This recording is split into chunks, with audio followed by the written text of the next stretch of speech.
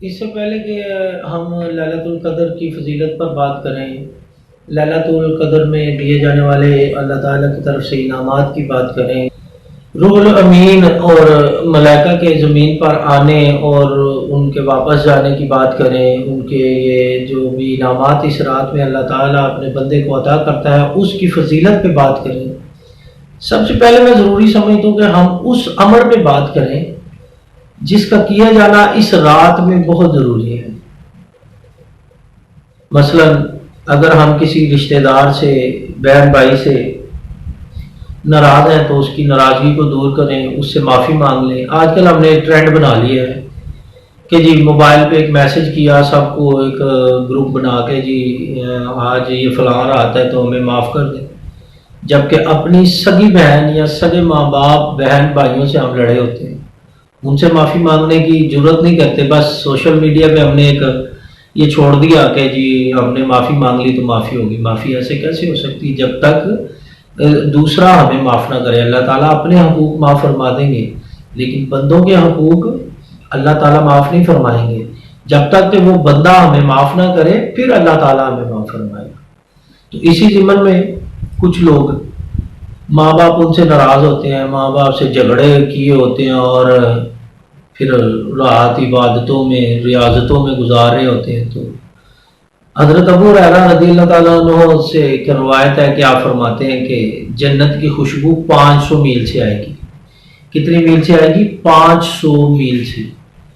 500 میل سے جنت کی خوشبو آئے گی، لیکن کچھ لوگ ہوں گے اس حدیث کے مطابق جن کو یہ خوشبو نہیں آئے گی۔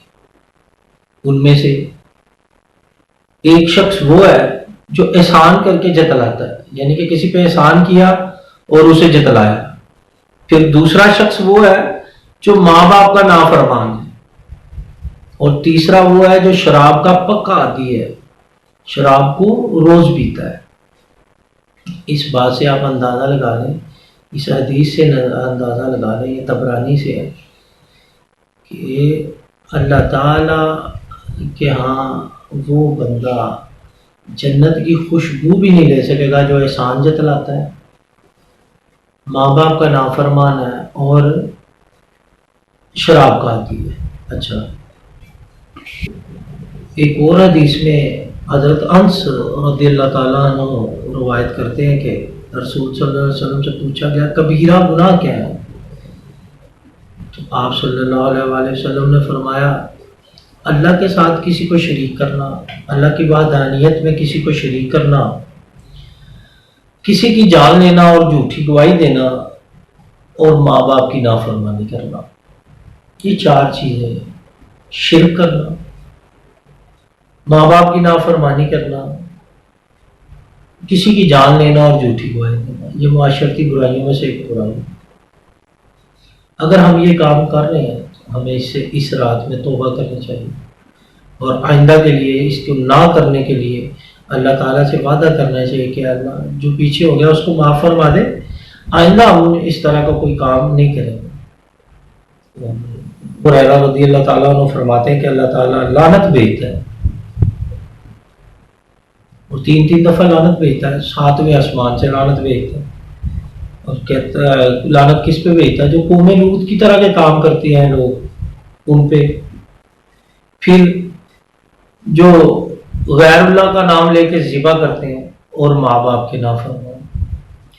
اچھا، اس حدیث سے بھی ہمیں یہ بات بڑی واضح ہو جاتی ہے کہ غیر اللہ کا نام لینا، لے کے ذبح کرنا، ماں باپ کی نافرمانی کرنا اور قوم لوط کی طرح کے کام کرنا، یہ اس پہ اللہ تعالیٰ خود لعنت کرتے ہیں، اور جس پہ اللہ تعالیٰ لعنت کریں گے اس کا کیا حال ہوگا یہ اللہ اور اس کا رسول صلی اللہ علیہ وآلہ وسلم بہتر جانتے ہیں۔ اور ایک حدیث میں مجھے بڑا پیاری یہ بات لگی کہ حضرت ابو امامہ رضی اللہ تعالیٰ عنہ فرماتے ہیں کہ رسول صلی اللہ علیہ وسلم نے فرمایا 3 آدمیوں کا اللہ تعالیٰ نہ کوئی فرض قبول کرے گا نہ کوئی نفل قبول کرے گا۔ چلیے بات ہے کہ اللہ تعالیٰ نہ نفل قبول فرمائیں گے نہ فرض قبول فرمائیں گے۔ ان میں سے ایک شخص وہ ہوگا جو ماں باپ کا نافرمان، احسان جتلانے والا اور تقدیر کو جھٹلانے والا۔ اب آپ حساب لگا لیں حدیث کی روح سے، جو ماں باپ کا نافرمان ہے، احسان جتلاتا ہے اور تقدیر کو جھٹلاتا ہے، اس پہ اللہ تعالیٰ اپنی اس کے نہ فرض قبول کریں گے، نہ اس کے نفل قبول کریں گے، اس کی کوئی عبادت قبول نہیں کریں گے۔ اور اس رات کو اگر ہم اسی حالت میں عبادت کر رہے ہیں تو کیا اللہ تعالیٰ ہماری عبادت کو قبول کر لیں گے؟ کیا ہماری دعاؤں کو قبول فرما لیں گے؟ اسی لیے بار بار میں یہ کہہ رہا ہوں کہ اللہ سے یہ دعا کریں گے، اللہ جو میں نے پچھلے گناہ کر دیے ان کو تو معاف فرما دے، اور آئندہ میں نہ کرنے کا وعدہ کرتا ہوں تم سے۔ اور ماں باپ کے ساتھ اگر کہیں جھگڑا ہوا ہے تو ان کے ساتھ صلح کریں، ان کے پاؤں پکڑ لیں، ان سے روئیں، گڑ گڑائیں، گریہ زاری کریں، تاکہ آپ کے ماں باپ آپ کو معاف فرما دیں، اور اس کے بعد اللہ تعالیٰ بھی ہم سب کو معاف فرما دے۔ اچھا، رسول صلی اللہ علیہ وسلم سے پوچھا گیا کہ کبیرہ گناہ کیا ہے؟ تو آپ نے فرمایا کبیرہ گناہ یہ ہے کہ انسان اللہ کے ساتھ کسی کو شریک ٹھہرائے، ماں باپ کی نافرمانی کرے، کسی کی جان لے اور جھوٹی گواہی دے۔ اسی طرح حضرت عبداللہ بن عمر بیان کرتے ہیں کہ رسول صلی اللہ علیہ وسلم نے فرمایا قیامت کے دن 3 انسانوں کی طرف اللہ تعالی رحمت کی نظر نہیں فرمائے گا،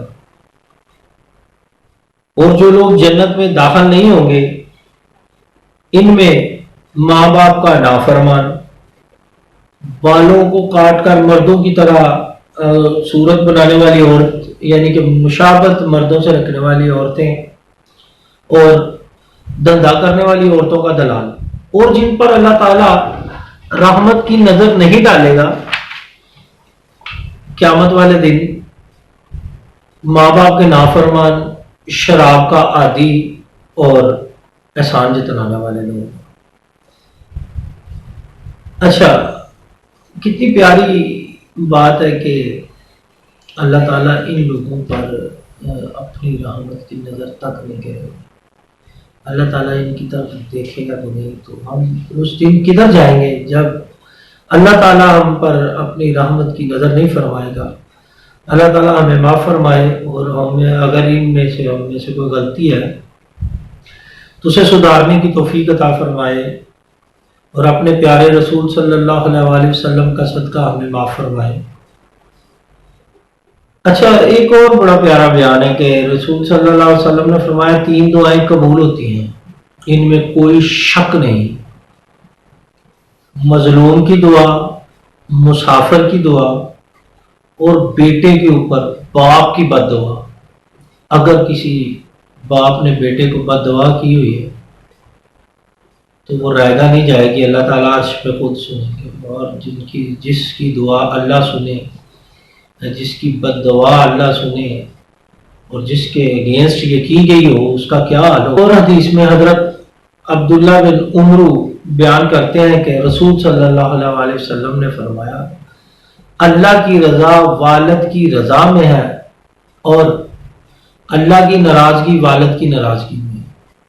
کتنی بڑی بات ہے، اگر باپ ناراض ہے تو پھر رب بھی ناراض ہے، اور اگر باپ راضی ہے تو پھر رب بھی راضی ہے، اور اگر والدین ناراض ہیں تو رب ناراض ہے، اور والدین راضی ہیں تو پھر رب بھی راضی۔ اسی لیے میں کہتا ہوں بار بار کہ والدین کو راضی کر لیں پھر رب بھی راضی ہو جائے گا۔ اس ضمن میں میرے پاس ایک اور بڑی پیاری حدیث ہے، نبی صلی اللہ علیہ وسلم نے فرمایا آمین آمین آمین۔ آپ ممبر پر تشریف لے کے جا رہے تھے تو آپ نے 3 دفعہ آمین فرمایا۔ صحابہ نے پوچھا یا رسول اللہ صلی اللہ علیہ وسلم آپ نے آمین کیوں فرمایا؟ آپ صلی اللہ علیہ وسلم نے فرمایا میرے پاس جبریل آئے تھے، وہ کہہ رہے تھے کہ خاک آلود ہو اس کی ناک جو آپ کا نام سنے اور آپ صلی اللہ علیہ وسلم پر درود نہ بھیجے اور آپ کہہ دیں آمین، تو میں نے کہا آمین۔ پھر جبریل امین نے فرمایا کہ جو شخص رمضان کے مہینے پالے اور اپنی بخشش نہ کروا سکے اس کی ناک خاک آلود ہو۔ تو جبریل امین نے کہا آپ فرمائیں آمین، تو میں نے کہا آمین۔ اسی طرح جبریل امین نے پھر کہا کہ خاک آلود ہو اس کی ناک جو اپنے ماں باپ کو یعنی کہ دونوں میں سے ایک کو اپنی زندگی میں پائے اور ان کی خدمت کر کے اپنی بخشش نہ کروا سکے، جنت نہ پا سکے، تو آپ فرما دیجئے آمین۔ تو میں نے کہا آمین۔ اس حدیث سے پتہ چلتا ہے کہ سرکار نے آمین فرمایا، جو آپ پر درود نہیں پڑتا اس کی ناک خاک آلود ہو، ہلاک ہو وہ شخص۔ اور دوسرا، خاک ہو اس کی ناک جو رمضان کے مہینے کو پائے اور اپنی بخشش نہ کروا سکے۔ اور تیسرا، جو اپنے ماں باپ میں سے کسی ایک کو بھی پالے اور ان کی خدمت کر کے اپنی بخشش نہ کروا سکے، ایسے شخص کے لیے بھی میرے آقا حضور صلی اللہ علیہ وآلہ وسلم نے آمین کہا، اور جبریل نے کہا کہ اس کی ناک خاک آلود ہو۔ تو جب دعا مانگنے والے جبریل امین اور آمین کہنے والے سردار الانبیاء امام الانبیاء محمد مصطفیٰ احمد مجتبیٰ صلی اللہ علیہ وآلہ وسلم، کیا یہ دعا کبھی رائگاں جا سکتی ہے؟ تو میرے بھائیوں، یہ لیلۃ القدر کی بڑی پیاری رات ہے۔ اس کے آنے سے پہلے پہلے اپنے رشتہ داروں سے، اپنے والدین سے، اپنے ماں باپ سے، اپنے ہر اس رشتے سے توبہ کر لیں، اس سے معافی مانگ لیں جس کو آپ نے اذیت پہنچائی ہے، یا آپ کی وجہ سے وہ دکھی ہے، تو جا کے اس سے معافی مانگ لیں، تو پھر اس عبادت کا مزہ دگنا تگنا ہو جائے گا۔ اور اگر آپ نے یہ کام نہ کیے اور میسیجز پہ لگے رہے کہ جی مجھے معاف کر دو تو مجھے معاف کر دو، اس طرح میرے بھائی معافی نہیں ہوتی، اور نہ ہی کوئی قاعدہ اور قانون ہے۔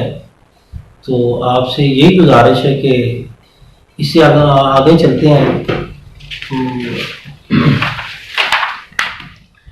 اچھا جی، بڑی پیاری بات ہے کہ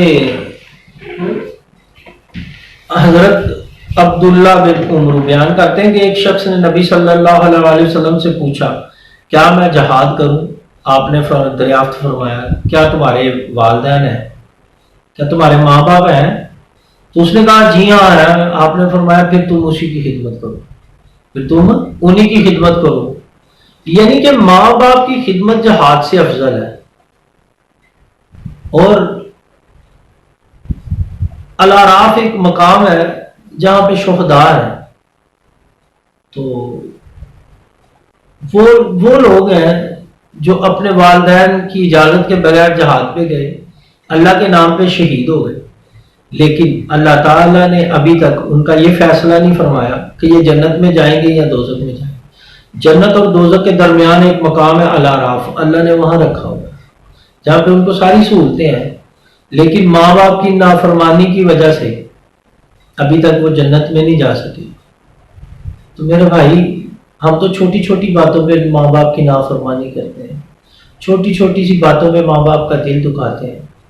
وہ تو جہاد کرنے گئے تھے، تو ہم تو گھر بیٹھے ہی جو منہ میں آیا بک دیا، جو منہ میں آیا کہہ دیا۔ اپنی نماز میں روز کے دعا کریں، جب بھی آپ دعا کریں یہ دعا لازمی کریں کہ اللہ اپنے حبیب صلی اللہ علیہ وآلہ وسلم کے صدقے سے ہمیں ماں باپ کی نافرمانی سے بچا، ہمیں ماں باپ کی نافرمانی سے بچا۔ ایک صحابی رسول صلی اللہ علیہ وسلم حضور صلی اللہ علیہ وسلم کی خدمت میں حاضر ہوئے اور جہاد کی اجازت چاہی، تو آپ نے فرمایا کیا تمہاری ماں ہے؟ انہوں نے کہا جی ہاں میری ماں ہے۔ تو آپ نے فرمایا بس تم ان کی خدمت میں رہو، کیونکہ ماں کے پاؤں کے نیچے جنت ہے۔ اور پھر وہ کسی اور وقت آئے تو آپ صلی اللہ علیہ وآلہ وسلم نے دوبارہ یہی جواب دیا۔ اتنی پیاری بات ہے کہ جہاد کی اجازت نہیں دی، لیکن ماں باپ کی خدمت کی اجازت دی۔ ماں کی خدمت کے لیے اس کو حکم دیا کہ تم اپنی ماں کی خدمت کرو، تمہارے لیے یہی جہاد ہے۔ اور ماں باپ کے جو دوست احباب ہیں، اگر والدین دنیا سے چلے بھی گئے ہیں یا نہیں بھی ہیں، تو ان کے جو عزیز و کارو ہے نا، ان سے محبت کرو، ان کے دوستوں سے محبت کرو۔ یہ ایسی ہے جیسے آپ نے والدین کا ادب کیا۔ تو میرے بھائی، اللہ تعالیٰ قرآن میں فرماتے ہیں کہ ماں باپ جب تمہارے سامنے بوڑھے ہو جائے تو ان کے سامنے اف تک نہ کرو۔ اچھا اس سے ہلکا لفظ اور ہے نہیں، ورنہ قرآن میں اف سے بھی ہلکا لفظ ہوتا ہے، اور جو اف کرتا ہے یہ بھی ماں باپ کی گستاخی کے زمرے میں ہے۔ اف ہے کیا؟ ایک ماں کے 4 بیٹے ہیں، ماں نے کہا فلاں تو پانی لے آ، وہ گیا گلاس کو دھویا، پانی اچھی طرح ڈالا، ماں کو لا کے دیا، ماں کو پانی پلایا، پلا کے واپس گلاس کچن میں رکھ کے واپس آ کے پھر بھائیوں میں بیٹھ کے صرف دل میں یہ سوچا کہ یہ 3 بھی تو بیٹھے تھے، بس اسی کا نام اف۔ جب یہ آپ کے سامنے بوڑھے ہو جائیں تو جب ان سے کوئی بدبو آئے یا ان کا کوئی پیشاب کا کوئی معاملہ ہو تو آپ ان کی صفائی کرتے ہوئے اپنے منہ پہ رومال رکھ لیں، یہ بھی اف کے زمرے میں ہے، کیونکہ جب ہم چھوٹے تھے تو ہمارے ماں باپ نے کبھی کراہت محسوس نہیں کی تھی، ہمارا پیشاب بھی صاف کرتے تھے، ہمارے گندگی کو بھی صاف کرتے تھے، تو آج ہم اتنے بڑے ہو گئے ہیں کہ اپنے ماں باپ سے کراہت کریں، ان کے جسم سے آنے والی بدبو کے لیے ایک رومال استعمال کریں، یہ بھی اف کے زمرے میں ہے۔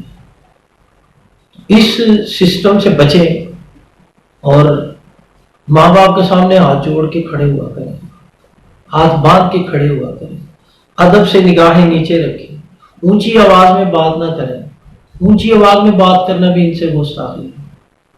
اور آج کل تو میں دیکھتا ہوں کہ نوجوان کبھی اپنی ماں کو پاگل کہہ رہے ہوتے ہیں، کبھی اپنے باپ کو پاگل کہہ رہے ہوتے ہیں، اور کبھی کچھ ان کا تو کوئی سمجھ ہی نہیں آ رہی کہ اب کیا کریں، کیا ہو ان کا۔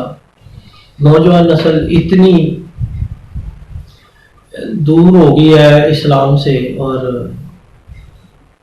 اسلامی تعلیمات سے کہ وہ ماں باپ کو کچھ، آج کل ایک نیا ٹرینڈ آ گیا جی کہ میرا مال میری ماں مانگتی ہے، مجھ سے میرا باپ پیسے مانگتا ہے، میری فلاں چیز انہوں نے توڑ دی، میرا فلاں نقصان کر دیا، میں نے ماں باپ پہ اتنے پیسے لگا دیے۔ بھائی تیرے پاس ہے کیا؟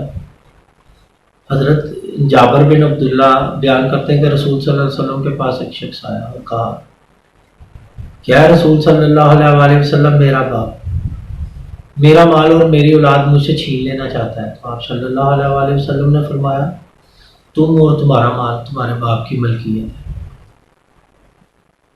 کیا بات ہے، تم تھے کیا؟ ننگے تو پیدا ہو گئے، ماں باپ نے صلہ رحمی کر کے تمہیں اتنا بڑا کیا، پڑھایا لکھایا، اس طریقے کا کر دیا کہ تم اب کچھ کما سکتے ہو، تو اب تم اپنے ماں باپ سے دولت چھپاؤ گے؟ تو بس باتیں اتنی سی تھی۔ اور رسول صلی اللہ علیہ وسلم سے کسی شخص نے پوچھا کہ والدین کا اپنی اولاد پر کیا حق ہے؟ تو رسول صلی اللہ علیہ وسلم نے فرمایا وہ اس کے جنت اور دوزخ ہے، وہ اس کے جنت اور دوزخ ہے۔ اسی طرح بیان ہے کہ حضرت ابن عباس بیان فرماتے ہیں رضی اللہ تعالیٰ عنہ کہ رسول صلی اللہ علیہ وسلم نے فرمایا جو شخص اس حال میں صبح کرتا ہے کہ وہ اپنے ماں باپ کے معاملہ میں اللہ تعالیٰ کا اطاعت گزار ہوتا ہے، اس کے لیے جنت کے دروازے کھلے ہوتے ہیں، اور اگر وہ ایک کا اطاعت گزار ہوتا ہے تو اس کے لیے ایک دروازہ کھول دیا جاتا ہے۔ اسی طرح اگر کوئی شخص اس حال میں اپنی شام کرتا ہے کہ وہ اپنے ماں باپ کے معاملہ میں اللہ تعالیٰ کا نافرمان ہوتا ہے تو اس کے لیے دوزخ کے دروازے کھول دیے جاتے ہیں، اور اگر ایک کا نافرمان ہوتا ہے تو اس کے لیے دوزخ کا ایک دروازہ کھول دیا جاتا ہے۔ اور ایک شخص نے کہا خواہ حضور صلی اللہ علیہ وسلم سے پوچھا کہ یا رسول اللہ صلی اللہ علیہ وسلم کیا اگر کسی کے ماں باپ ظالم بھی ہوں تو تب بھی یہی حکم ہے؟ آپ نے فرمایا ہاں، اگر یہ ظالم بھی ہوں تو تب بھی یہی حکم ہے۔ آپ نے پھر فرمایا ظالم بھی ہوں تو پھر بھی یہی حکم، ظالم بھی ہوں تو پھر بھی یہی حکم۔ معلوم ہوا کہ ہر حال میں ہم نے ماں باپ کا اطاعت گزار رہنا، سوائے اس کے کہ ماں باپ آپ کو کفر کرنے کو کہیں، اللہ تعالیٰ کے ساتھ کسی چیز کو شریک ٹھہرانے کو کہیں، باقی ہر حال میں ہم نے ان کی اطاعت بجا لانی، اور جو ان کی اطاعت نہیں بجا لاتا اللہ تعالیٰ اس کو جنت سے محروم کر دے گا۔